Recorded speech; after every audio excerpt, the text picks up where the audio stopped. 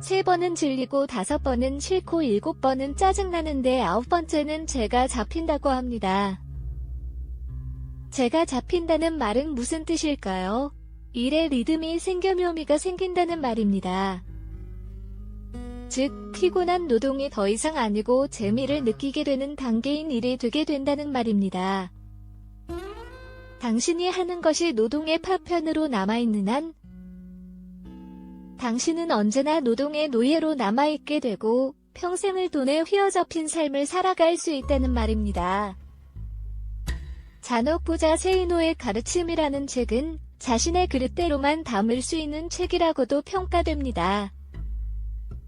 보잘것없어 보이는 1인치의 전진을 위해 외로워도 꿋꿋이 최선을 다하는 힘이 성공의 원동력이라는 저자의 말이 와닿는다면 이토록 적막하고 거친 세상 속에서 우뚝 설 수 있는 힘을 가질 수 있을 것입니다.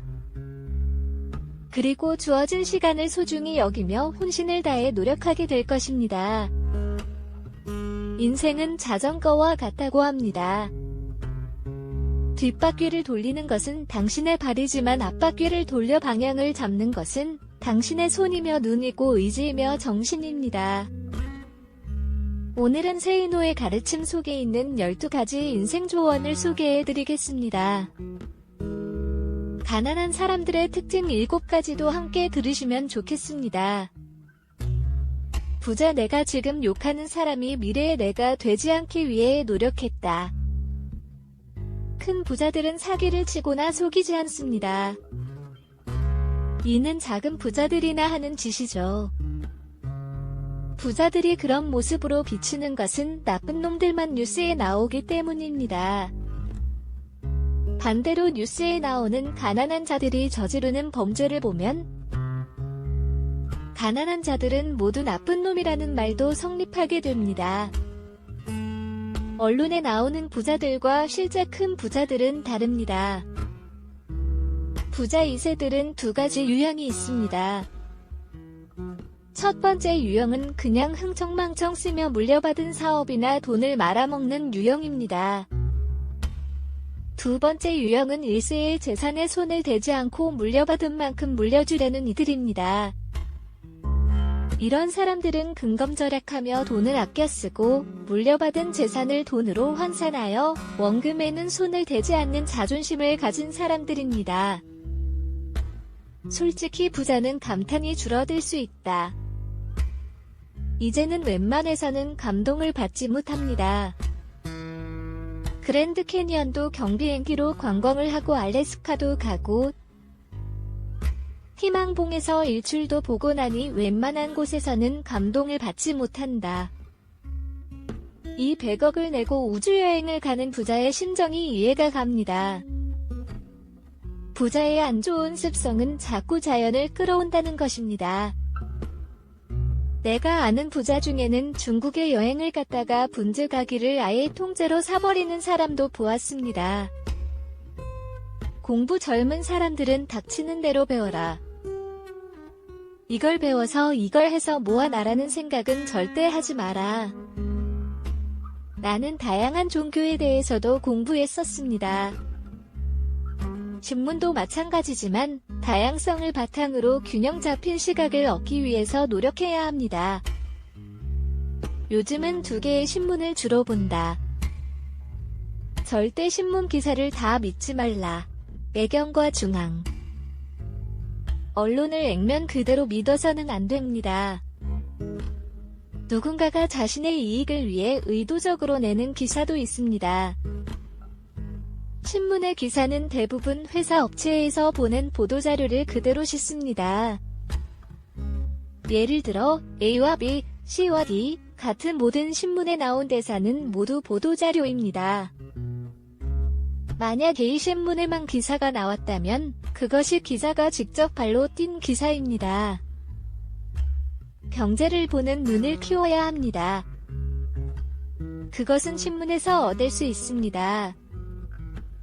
IMF가 터졌을 때 나는 무엇을 했었느냐? 일단 서점에 가서 멕시코 같은 다른 나라의 사례를 먼저 찾아보았습니다. 그리고 반드시 극복된다는 것을 알았습니다. 그래서 투자를 했습니다. 9.11 사건 때도 대공황이 일어나면 어떻게 되는지 지난 사례를 찾아보고 결과를 연구했습니다.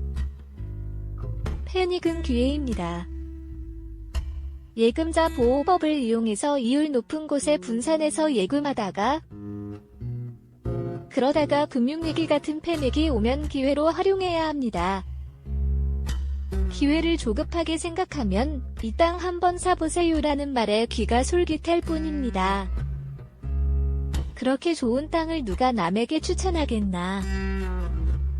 돈. 그런 것은 자기가 산다. 돈은 벌려고 해서 벌리는 것은 아닌 것 같습니다. 운도 어느 정도는 필요하다. 그리고 종잣돈이 있어야 합니다. 그래서 나는 처음에는 무조건 미련하게 모으라고 말합니다. 언론에서 이야기하는 수익률에는 사기가 많다. 경매 투자 모임도 마찬가지다. 사심이 들어가기 때문이다. 친구가 돈 좀 벌자며 나에게 좋은 땅 좀 소개시켜달라고 하는 경우라면 내가 땅을 소개시켜 주겠는가? 좋은 땅이면 내가 사서 내가 돈을 벌어야 한다. 물론 억대 미만인 작은 규모는 직원에게 소개를 시켜줄 수도 있다. 하지만 큰 규모라면 친구에게 소개시켜줘서 수익을 나눌 필요가 없다. 친구도 믿지 말아라. 주식 같은 경우는 사라고 권유하는 것들은 거의 그 사람이 소유한 주식이다. 이 사회에서 포수를 많이 받는 직종은 남이 써놓은 것을 이해하고 풀이하는 사람이다. 나는 이런 직종을 서류의 독자라고 부르며 이들은 사료만으로 문제를 이해하고 해결하는 일을 한다. 이런 종류에는 대표적으로 CEO가 있다. 변호사나 판사도 포함될 수 있을 것이다. 서류에도 능력을 키우기 위해서 나는 자녀들 선물로 아카데미 같은 곳에서 나오는 모형물 조립을 권한다.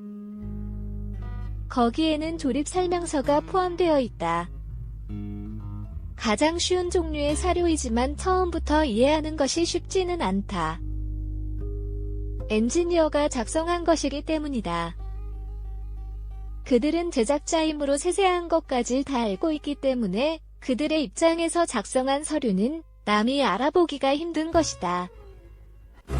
이런 문제점은 휴대폰이나 기타 전자기기 설명서에서도 나타난다. 이 세상에는 나쁜 놈과 나빠질 놈이 있다. 나빠질 놈을 대비하라. 나빠질 놈은 친구니까 돈을 빌려달라는 사람이다. 나빠질 놈이 아닌 경우는 담보를 잡힐 테니까 돈을 빌려달라는 친구이다. 명품과 명품이 아닌 것의 차이는 미약하다. 승자와 패자의 차이는 미약하다는 말이다. 그래서 윗사람에게 잘해야 한다. 똑똑한 것도 좋지만 충성이 필요하다. 프로가 되려면 아마추어를 능가해야 한다. 하지만 우리나라에는 아마추어가 너무 많이 장사를 한다. 과외를 한다면 내가 잘 아는 것만으로는 안 된다. 아이들 머릿속에 집어넣어줘야 한다. 한 달 뒤에 과외비 협상을 해보아라. 50% 인상을 요구해서 받아들여진다면 성공한 것이다. 부모가 꺼리더라도 학생이 잡게 된다. 다만 능력에 자신이 없다면 섣불리 시도하지는 마라. 일자리를 잃게 된다. 고액과 애를 가게 되면 구두를 좋은 것을 신어야 한다. 학생방에 들어가게 되면 학부모가 보는 것은 남겨진 구두뿐이기 때문이다. 이처럼 과외도 이미지 싸움이다. 좋은 차를 타고 방문할 여건이 안 된다면 차라리 대중교통을 이용해라.